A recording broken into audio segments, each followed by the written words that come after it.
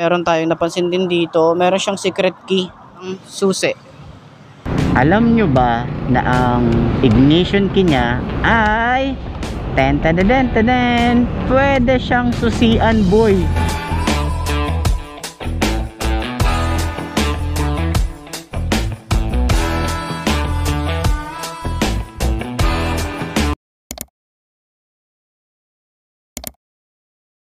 So nandito tayo ngayon sa may Mitsukushi Dakila Branch Malolos para sa update natin SYM JetX 150.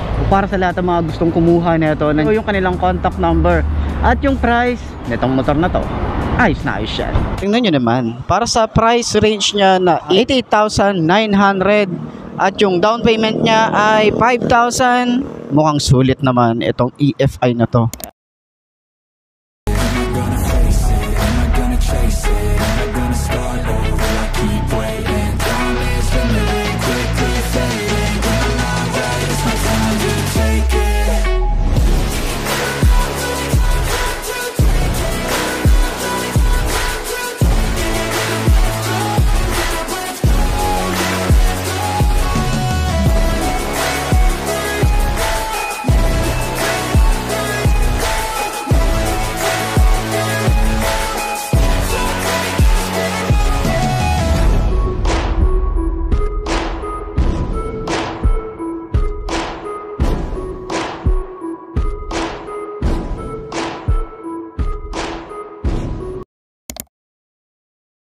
Front view, meron tayong windscreen dito na maliit at pwede nyo palitan yan. Then meron tayong matte finish dito ng park light or daytime running light, no?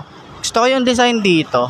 Ayan, oh, ganda yung design dito. May para siyang, alam mo yung pa-butterfly yung datingan niya. And then dito yung signal light sa taas, LED rin yan. Pala lahat ng ilaw na to LED. O akala ko isang diretso to, split type siya. Napakaganda, brusco nung datingan ng kanyang headlight. Meron siya mga sharp design din dito. So yun na nga yung kanyang windscreen. Black din itong windscreen niya, tsaka malapad talaga siya. Siya ditong SYM na decal, yung kanyang aggressive looking futuristic na headlight na LED. Halos lahat ng ilaw neto is LED. Meron siyang park light dito sa may bandang gitna. Para siyang may winglet, meron siyang parang carbon fiber finish dito. So dito naman sa taas, yung ating signal light na LED rin yan. At ito yung naging sungay niya. Liquid cooled na rin to at Euro 4. Pero yun nga, sa front fender, gusto ko yung design dito. Liit lang yung extension ng kanyang fender. Yung kanyang telescopic fork. Naka-combi brake tayo rito. Naka-dual path caliper tayo. And then naka single disc brake. Cordial yung kanyang brand para dito sa tires. Ang size ng kanyang tires is 180 by 14. Tubeless na rin to.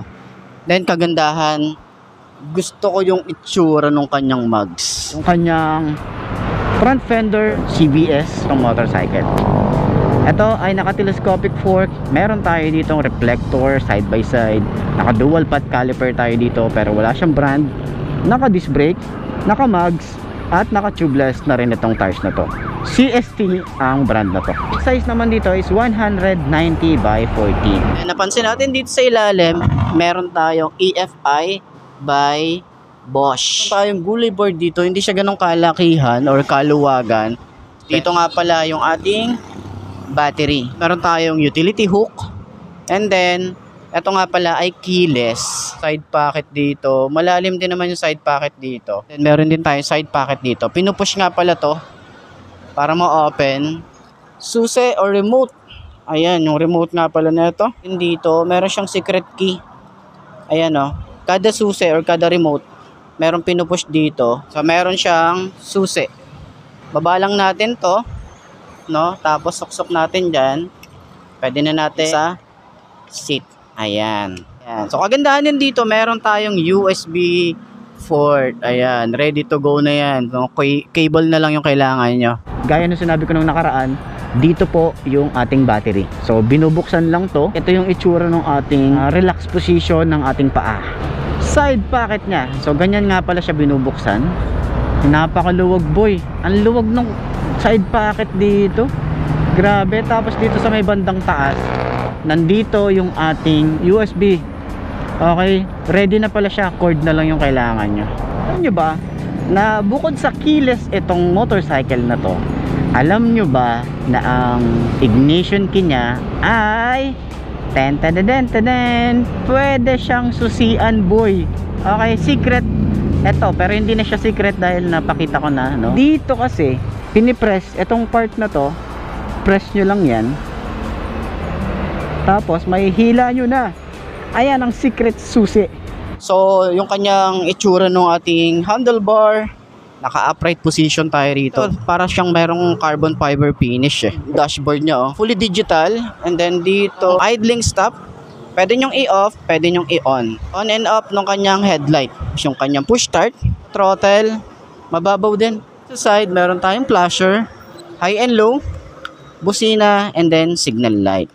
Wala siyang hazard, no? Sa kanyang handlebar na naka-naked, switches niya, hindi naman siya ganun ka-premium yung datingan. Hazard dito, kill switch. So, itong motorcycle is naka-automatic on na.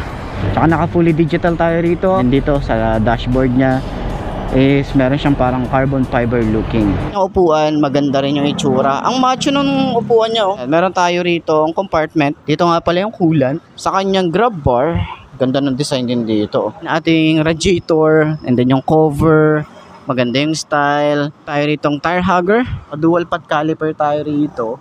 Naka single disc brake tayo rito. Ang size ng gulong dito sa likod is 120/70 by 14. Ayan, tubeless na rin to. Sa upuan niya, same ng sa Cruisim. Meron siya mga stitches na kulay white. Meron din dito. Tapos meron tayo ditong parang stopper. May palubog na design dito. Tapos ito yung kanilang compartment. Yun, oh, ang linis tingnan. Manual. Ayan, meron din tayo rito. Meron tayong helmet hook dito. Meron tayo ditong dual shock. Adjustable naman yan. At naka disc brake dito sa likod. Naka single path caliper tayo dito.